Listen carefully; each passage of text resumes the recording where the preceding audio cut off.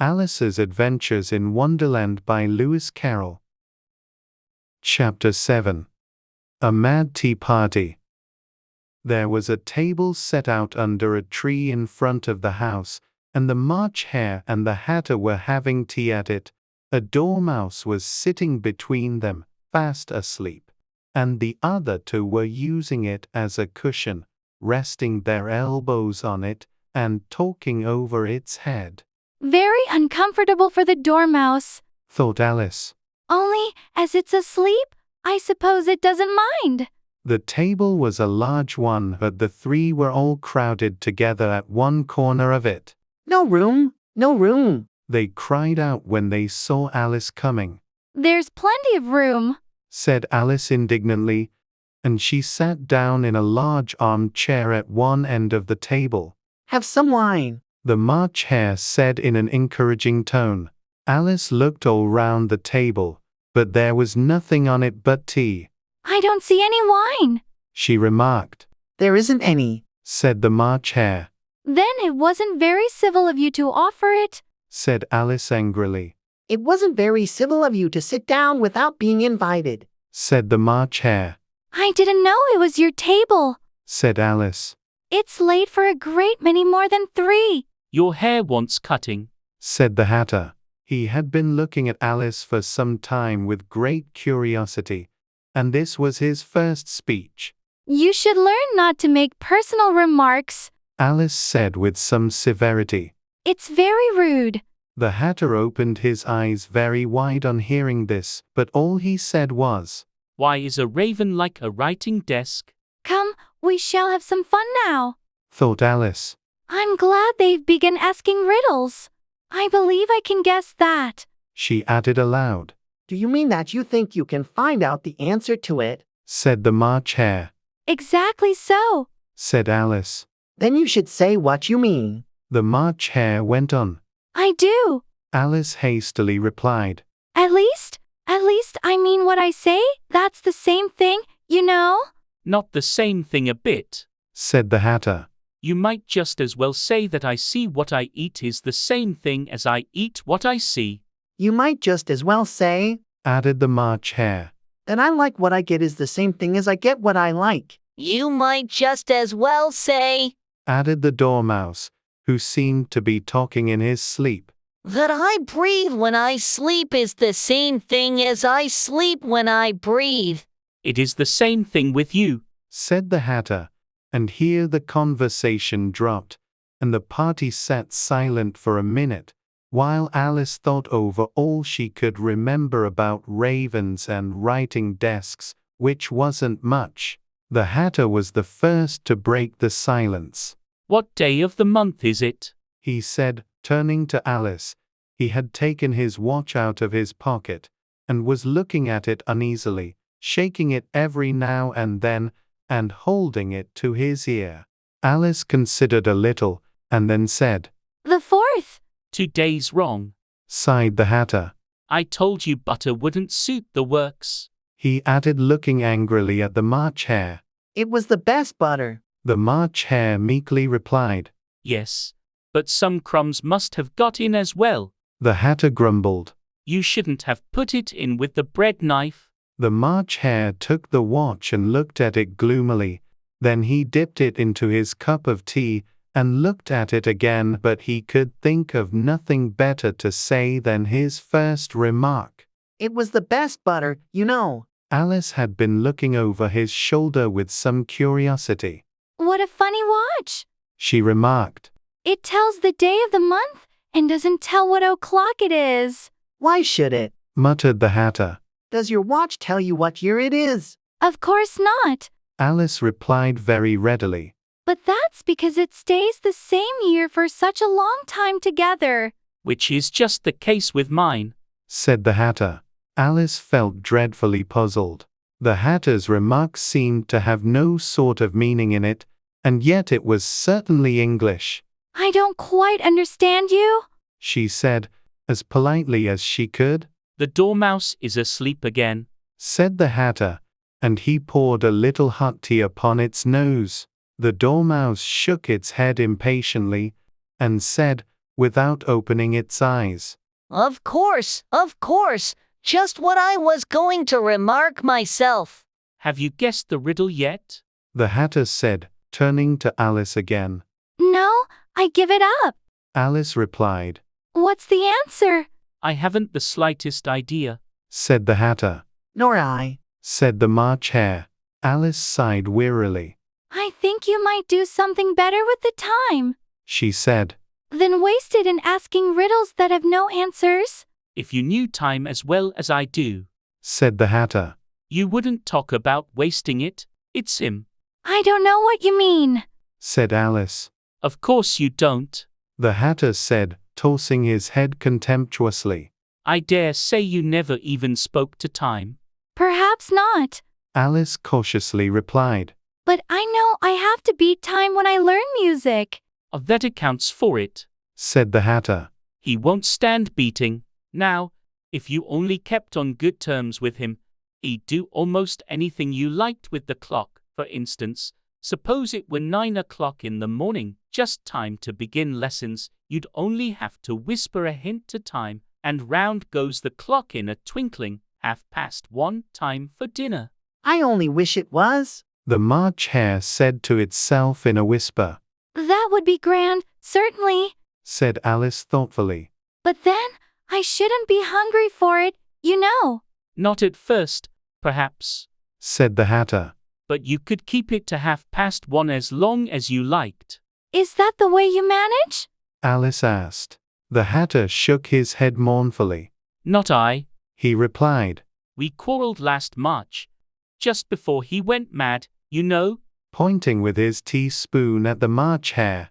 It was at the great concert given by the Queen of Hearts, and I had to sing, Twinkle, twinkle, little bat, how I wonder what you're at. You know the song, perhaps. I've heard something like it. Said Alice. It goes on, you know. The Hatter continued. In this way, up above the world you fly, like a tea tray in the sky. Twinkle, twinkle. Here the Dormouse shook itself, and began singing in its sleep, Twinkle, twinkle, twinkle, twinkle. and went on so long that they had to pinch it to make it stop. Well, I'd hardly finished the first verse, Said the Hatter. when the Queen jumped up and bawled out, He's murdering the time, off with his head. How dreadfully savage. Exclaimed Alice. And ever since that, The Hatter went on in a mournful tone. he won't do a thing I ask. It's always 6 o'clock now. A bright idea came into Alice's head. Is that the reason so many tea things are put out here? She asked. Yes, that's it. Said the Hatter with a sigh. It's always tea time, and we've no time to wash the things between whiles. Then you keep moving round, I suppose? Said Alice. Exactly so, Said the Hatter. as the things get used up. But what happens when you come to the beginning again? Alice ventured to ask. Suppose we change the subject. The March Hare interrupted, yawning. I'm getting tired of this. I vote the young lady tells us a story. I'm afraid I don't know one. Said Alice, rather alarmed at the proposal. Then the Dormouse shall. They both cried, Wake up, Dormouse. and they pinched it on both sides at once. The Dormouse slowly opened his eyes. I wasn't asleep. He said in a hoarse, feeble voice. I heard every word you fellows were saying. Tell us a story. Said the March Hare. Yes, please do. Pleaded Alice. And be quick about it, Added the Hatter. or you'll be asleep again before it's done. Once upon a time, there were 3 little sisters, The Dormouse began in a great hurry. and their names were Elsie, Lacey, and Tilly, and they lived at the bottom of a well. What did they live on? Said Alice, who always took a great interest in questions of eating and drinking. They lived on treacle. Said the Dormouse, after thinking a minute or two. They couldn't have done that, you know. Alice gently remarked. They'd have been ill. So they were Said the Dormouse. very ill. Alice tried to fancy to herself what such an extraordinary ways of living would be like, but it puzzled her too much, so she went on. But why did they live at the bottom of a well? Take some more tea. The March Hare said to Alice very earnestly. I've had nothing yet. Alice replied in an offended tone. So I can't take more. You mean you can't take less? Said the Hatter. It's very easy to take more than nothing. Nobody asked your opinion. Said Alice. Who's making personal remarks now? The Hatter asked triumphantly. Alice did not quite know what to say to this, so she helped herself to some tea and bread and butter, and then turned to the Dormouse and repeated her question. Why did they live at the bottom of a well? The Dormouse again took a minute or two to think about it, and then said, It was a treacle well. There's no such thing.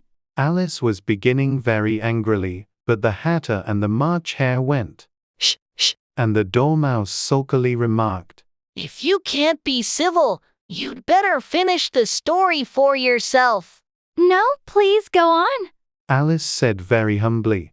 I won't interrupt again. I dare say there may be one. One, indeed. Said the Dormouse indignantly. However, he consented to go on. And so these three little sisters, they were learning to draw, you know. What did they draw?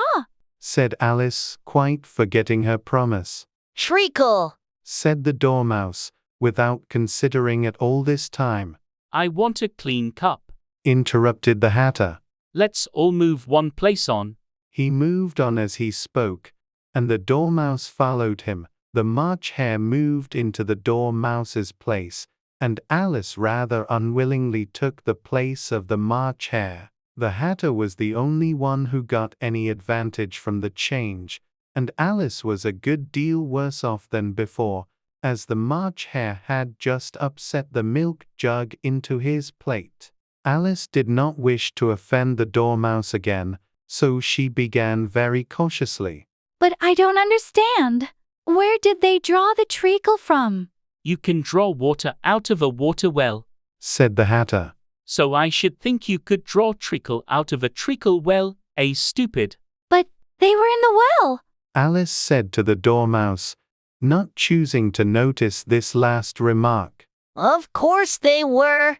Said the Dormouse. Well in.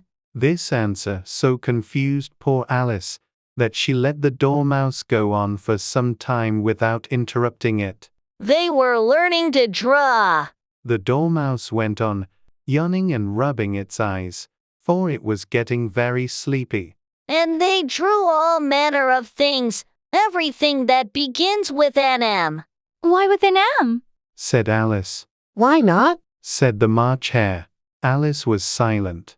The Dormouse had closed its eyes by this time, and was going off into a doze, but, on being pinched by the Hatter, it woke up again with a little shriek, and went on.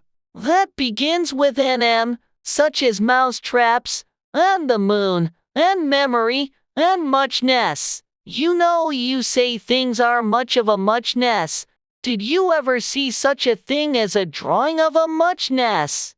Really? Now you ask me? Said Alice, very much confused. I don't think. Then you shouldn't talk. Said the Hatter. This piece of rudeness was more than Alice could bear. She got up in great disgust, and walked off. The Dormouse fell asleep instantly, and neither of the others took the least notice of her going, though she looked back once or twice, half hoping that they would call after her. The last time she saw them, they were trying to put the Dormouse into the teapot. At any rate, I'll never go there again. Said Alice as she picked her way through the wood. It's the stupidest tea party I ever was at in all my life. Just as she said this, she noticed that one of the trees had a door leading right into it. That's very curious. She thought. But everything's curious today. I think I may as well go in at once. And in she went. Once more she found herself in the long hall, and close to the little glass table. Now, I'll I'll manage better this time. She said to herself, and began by taking the little golden key and unlocking the door that led into the garden. Then she went to work nibbling at the mushroom. She had kept a piece of it in her pocket till she was about a foot high. Then she walked down the little passage, and then she found herself at last in the beautiful garden, among the bright flower beds and the cool fountains.